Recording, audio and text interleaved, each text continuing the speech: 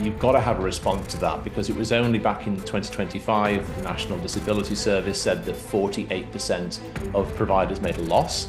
Every individual business needs to have an answer to that. We've got our own strategic framework to respond to that in terms of how we basically build building blocks that can scale. The pressure is on the executive levels to make it work no matter what. What doesn't work in business, is to kind of sit back and blame the situation and go, oh my God, I wish it was different, or I can't believe the government's done this or not done that.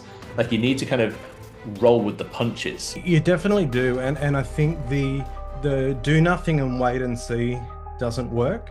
The panic and hide the head in the sand. And what we've got to do at the moment is we've got to find a way of really creating the impossible. You've got to go, we have a real duty of care and responsibility that we've been entrusted with the participants that we support. And that needs to be our number one priority. And sometimes this mess gets in the way of what's important.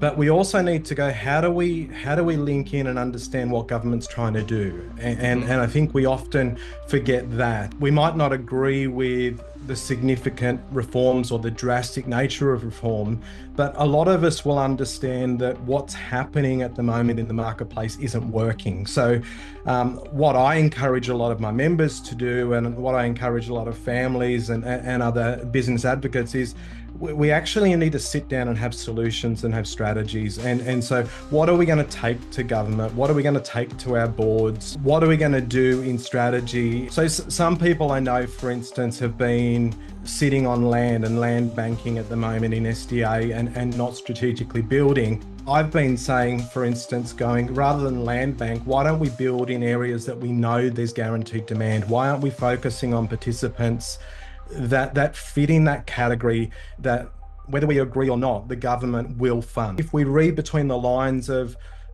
bringing back the NDIS to its original intent, or if we're looking at areas around the reform, talking about supporting our most vulnerable and those with the most significant needs, whether I agree with the language government uses, they are talking about working with vulnerable participants who need supports. And so that's where I've been focusing a lot, is how do we make sure that we're supporting the right participant, we're investing in that right way, and we're not getting lost in trying to fight fights that might not be won over the next 12 to 24 months.